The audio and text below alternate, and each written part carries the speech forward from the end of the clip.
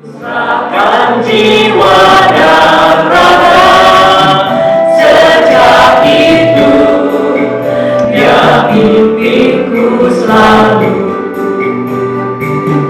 ku tak cemas dan jalan yang naik turun lewat lembah dan gunung yang terjal, sebab Tuhan berjalanlah di sampingku, memimpinku ke negeri yang kekal, memimpinku ke negeri yang kekal. Jemaat, hari ini 3 perikop kita baca berbicara mengenai jalan. Sudah buka Alkitab kita, begitu banyak jalan dibicarakan di dalam Alkitab. Bahkan Yesus sendiri berkata, "Aku ini jalan." Apa artinya jalan di dalam Alkitab? Dalam jalan secara umum yang kita pahami adalah tempat, bukan tempat yang dilalui orang atau kendaraan dari satu tempat ke tempat yang lain. Itu secara umum arti dari jalan, yang merupakan prasarana transportasi, diperuntukkan untuk lalu dan lintas dalam kehidupan ini. Dan kita tahu ada banyak jenisnya di dunia ini mengenai jalan. Ada jalan umum, ada jalan raya, ada jalan khusus, ada jalan tol, ada jalan tembus, ada macam-macam saudara ya dalam kehidupan. Bahkan kita mengenal ada jalan tikus, ada jalan pintas, ada jalan tembus. Anehnya juga kita juga mengenal ada jalan tapi jalan buntu. Dan ada banyak arti jalan, bukan? Maka mari kita sekarang memahami, lalu apa arti jalan yang dimaksud di dalam Alkitab. Mari kita bertanya bersama-sama hari ini, karena ini hal yang sangat indah. Kata jalan di dalam Alkitab begitu kuncinya ya. Maka mari kita pahami, seperti halnya jalan saja di Indonesia maknanya begitu banyak. Nah, saya harap kita juga melihat bahwa Alkitab pun membicarakan kata jalan itu juga dengan berbagai macam arti, makna, dan kiasan di dalamnya. Jadi kalau kita lihat yang pertama, kita baca di dalam Perjanjian Lama khususnya, jalan itu dikatakan sebagai perintah atau kehendak. Jadi kalau ada kata jalan di dalam Perjanjian Lama, itu yang dimaksud adalah perintah atau kehendak dari Tuhan. Mari kita coba lihat Yeremia pasal 7 ayat 23. Saya akan bacakan ya. Yeremia 7:23 dikatakan, "Dengarlah suaraku." Suara Tuhan, dengar itu. "Maka aku akan menjadi Allahmu." Kalau kita mau mendengar suara Tuhan, "dan kamu akan menjadi umatku, umat Allah. Dan ikutilah itu seluruh jalan yang kuperintahkan kepadamu." Kan? Jalan, katakan seluruh jalan yang kuperintahkan kepadamu. Jadi apa yang dimaksud jalan di situ? Perintah dan kehendak Allah, itu jalan di dalam Alkitab ya. Supaya apa? Kalau kita ikut jalan itu, supaya kamu bahagia. Ayat ini begitu ekspresif ya. Kehendak Tuhan, perintah Tuhan itulah jalan, dan kalau kita mau mengikutinya, kita akan berbahagia. Maka Ulangan pasal 5 ayat 33 ya, kita buka hati kita, katakan segenap jalan. Apa itu jalan dimaksud di sini? Segenap jalan yang kuperintahkan kepadamu. Sekali lagi, kata jalan di sini yang dimaksud oleh Tuhan adalah perintah dan kehendak Tuhan ya. Itu jalan, segenap jalan. Jadi saya garis bukan kata separuh jalan atau seperempat jalan, segenap jalan. Itu kata segenap ini penting. Segenap jalan yang diperintahkan kepadamu oleh Tuhan Allahmu haruslah kamu jalani, supaya tadi dikatakan supaya kamu bahagia, bukan? Sekarang dikatakan kalau kita ikut jalan itu supaya kamu hidup dan baik keadaanmu serta lanjut umurmu di negeri yang akan kamu duduki. Jadi mari kita perhatikan kata kerja imperatif yang dipakai di sini, ikuti, jalani. Ya, itu kata yang sangat penting buat kita. Itu berarti kata perintah yang harus kita dengar hari ini, bahwa ada sesuatu yang diperintahkan Tuhan untuk kita ikuti dan kita jalani, yaitu ada sebuah jalan dalam kehidupan kita ini. Tetapi yang dikatakan bukan setengah jalan, sekali lagi, tetapi seluruh jalan atau segenap jalan. Dan perhatikan buah dan akibatnya. Kalau kita mengikuti segenap jalan itu, kata yang dipakai itu dalam 2 ayat ini saja, berbahagia, kita akan hidup. Kata hidup itu lawan daripada maut, kematian, kebinasaan dalam hidup kita ini. Nah, kalau kita ikut jalan itu, baik keadaanmu. Berapa banyak kita hidup, rumah tangga kita tidak baik, kelakuan kita tidak baik, pekerjaan kita tidak baik, hidup kita tidak baik, anak kita tidak baik, rusak, dan sebagainya. Apa sebab? Dan tidak memperhatikan bahwa ada jalan yang akan membuat hidup kita ini lebih baik. Perasaan kita lebih baik, emosi kita lebih baik, pikiran kita akan lebih baik, rumah tangga kita akan baik, segala sesuatu akan menjadi lebih baik. Baik keadaanmu kalau kita ikut jalan itu, dan bukan hanya itu, lanjut umurmu. Jadi jalan, saudara, di dalam Alkitab yang kedua sering juga diartikan sebagai rencana Allah. Sekali ini yang kedua, saudara, jalan. Kalau kita baca dalam Alkitab, misalnya Yesaya pasal 55 ayat 8, apa itu jalan di situ yang dimaksud? Jalan yang dimaksud itu adalah rencana Allah. Jadi dalam hidup ini sangat jelas, saudara punya rancangan dalam hidup ini. Oh, saya mau punya rumah, saya mau pindah sini, oh saya mau fokus ke Indonesia. Semua orang hidup punya rencana. Tapi Alkitab katakan itu jalan kita. Tapi mari saudara sadari, ada jalannya. Jalan Tuhan itu ada rencana Tuhan. Dan Nabi Yeremia berkata, hati-hati, karena jalan kita itu berbeda dengan jalan Tuhan, seperti tingginya langit dan bumi. Jadi jalan itu rencana Allah. Kita ini memiliki rencana dari Tuhan dalam hidup. Ada rencana Tuhan dalam hidup kita. Apakah saudara mau dengar, saudara mau tahu itu, atau saudara selama ini sudah tidak masa muda? Sudah masa muda. Dan rencana itu hanya ada di gudang yang tidak pernah saudara akan ketahui. Itu rencana Allah dalam hidup kita ini, yang harus saudara dengar dan jalani. Jadi kalau kita tidak menjalaninya, rencana tetap rencana, dan saudara kehilangan rencana Tuhan yang mungkin begitu indah dalam hidup. Saudara, mengapa hidup saya begini? Mengapa? Karena kita ikuti terus rencana. Padahal Tuhan sudah sediakan rencana yang sangat indah, tapi sudah tidak mau dengar dan kita tidak mau menjalaninya di dalamnya. Itu ilustrasi indah kedua di dalam firman Tuhan.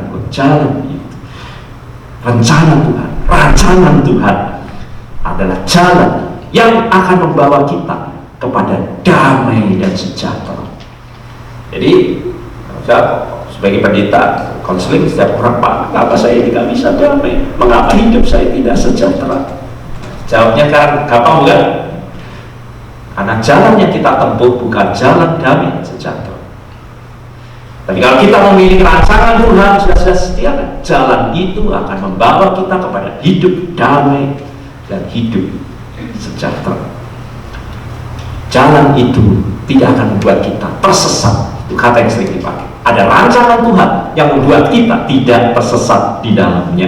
Maka Musa, saudara, di dalam firman Tuhan diperintahkan Allah, saudara baca dalam Keluaran 18 ayat 20, haruslah engkau mengajarkan kepada mereka ketetapan-ketetapan, dan kedua, keputusan-keputusan dan rancangan-rancanganku. Beritahukan kepada mereka jalan yang harus dijalani. Nah, itu kata sangat penting.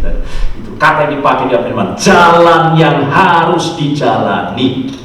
Meskipun itu harus, berarti tidak ada opsi, harusnya itu.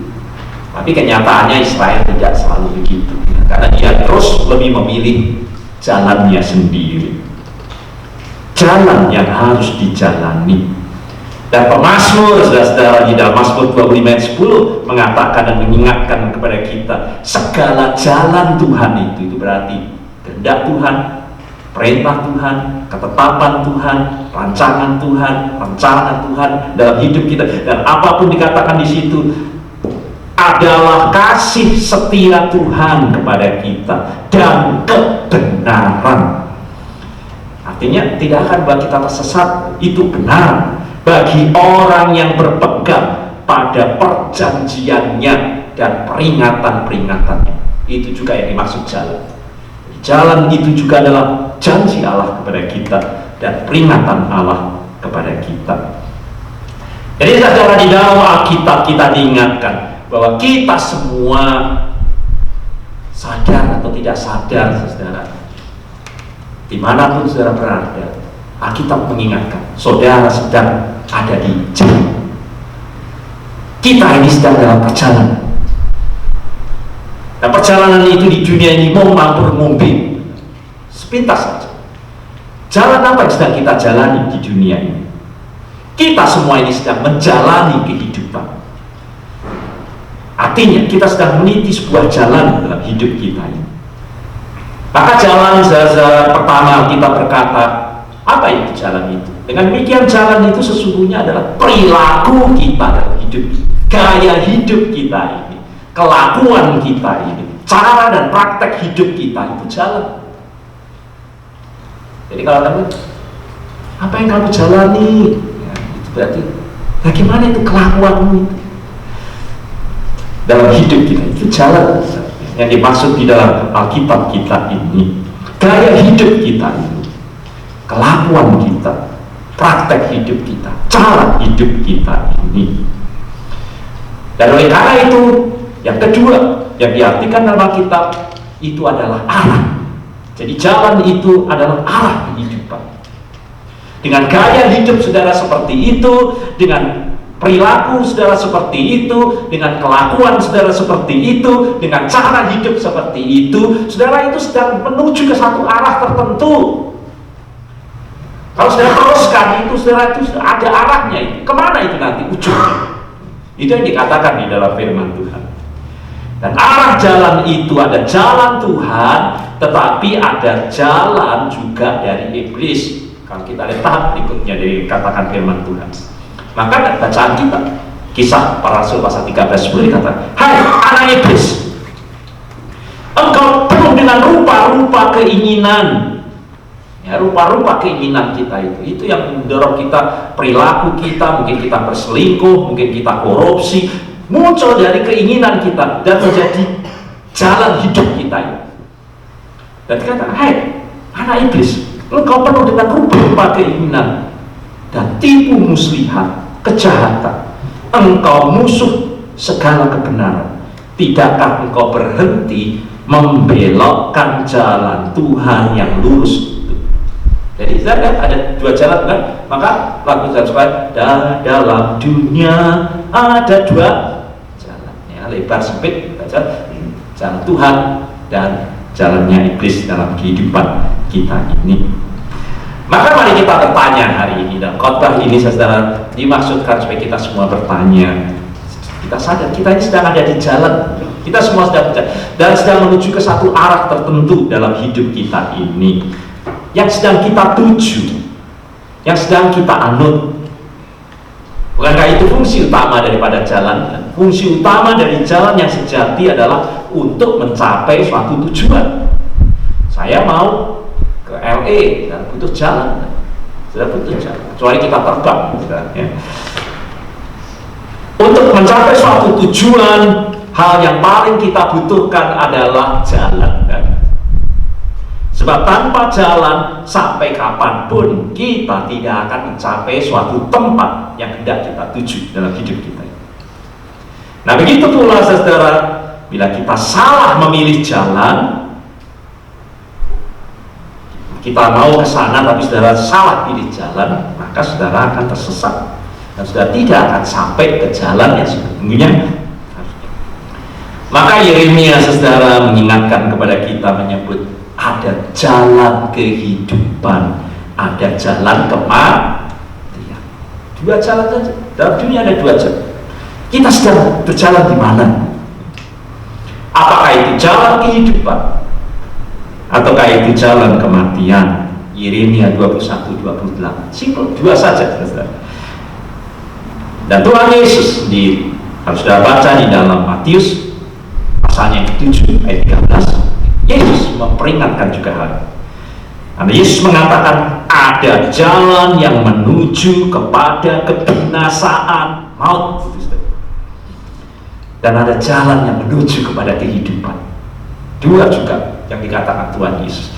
Yang Matius 7 ayat 13 sampai dengan 14.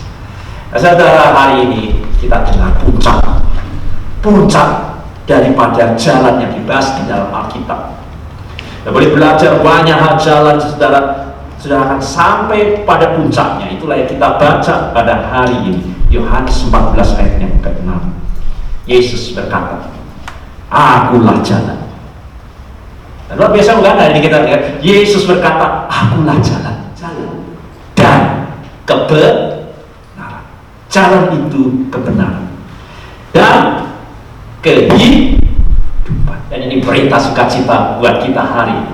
Yesus berkata dengan sangat jelas, "Akulah jalan itu, jalan kebenaran dan hidup." Kita membutuhkan jalan, dan jalan itu jalan yang benar dan yang akan sampai kepada tujuan kita ini. Maka pemazmur, saudara, mengaku demikian. Saya baca di Mazmur 16 ayatnya yang ke-11. Engkau memberitahu jalan kehidupan kepadaku.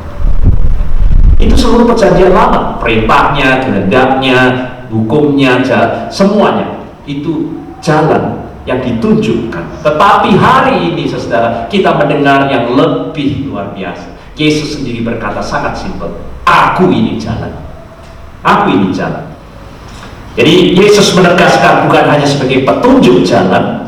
Ini artinya dia bukan hanya sebagai petunjuk jalan yang hanya memberi pengarahan seperti Google, nanti jalan kemari dan kemari, atau petunjuk arah yang harus kita kemudian pilih dan kita ikuti, tetapi sebagai jalan itu sendiri. Jalan itu sendiri, tujuan atau ujung dari jalan itu, dalam bacaan kita sangat jelas, yaitu datang kepada Bapa, sampai kepada Bapa. Tidak ada jalan yang lain. Itu banyak orang yang sakit hati dengan ayat ini. Kalau ada 1000 jalan menuju ke Roma, mengapa untuk sampai kepada Bapa hanya satu jalan? Tapi itu kata Tuhan Yesus. Itu firman Tuhan, ingatkan. Ada banyak jalan. Hati-hati. Memang semua berbicara mengenai jalan menuju ke surga. Tetapi Yesus berkata ini satu-satunya jalan untuk datang kepada Bapa. Yesus adalah, sekali lagi, satu-satunya. Itu kata yang digarisbawahi dalam Alkitab. Jalan yang bisa dilalui dari sini menuju ke sana, keselamatan, surga, dan sampai kepada Bapa. Maka hari ini, saudara, dengar panggilan dari Tuhan. Akuilah Dia dalam segala lakumu. Itu artinya dalam segala jalanmu. Maka Ia akan meluruskan jalanmu. Jalan kita akan diluruskan. Amsal 3:6 itu berarti tidak semua jalan menuju kepada keselamatan. Tapi kalau kita, dikatakan di sini, mengakui Dia, Yesus itu sebagai jalan, maka jalan kita bagaimanapun liku-likunya dalam hidup kita ini akan diluruskan, dan jalan kita itu akan menuju kepada jalan kehidupan. Dan Alkitab berkata memang jalan itu bukan jalan tol penuh dengan rambu-rambu, penuh dengan aturan, kadang bahkan harus melalui penderitaan. Jalan salib itu dikatakan dalam firman Tuhan. Apa artinya jalan salib? Menuntut kita untuk menyangkal diri kita, melawan emosi kita, dan ingin jalan, saya ingin menempeleng dia, mungkin karena emosi sudah enggak, ya.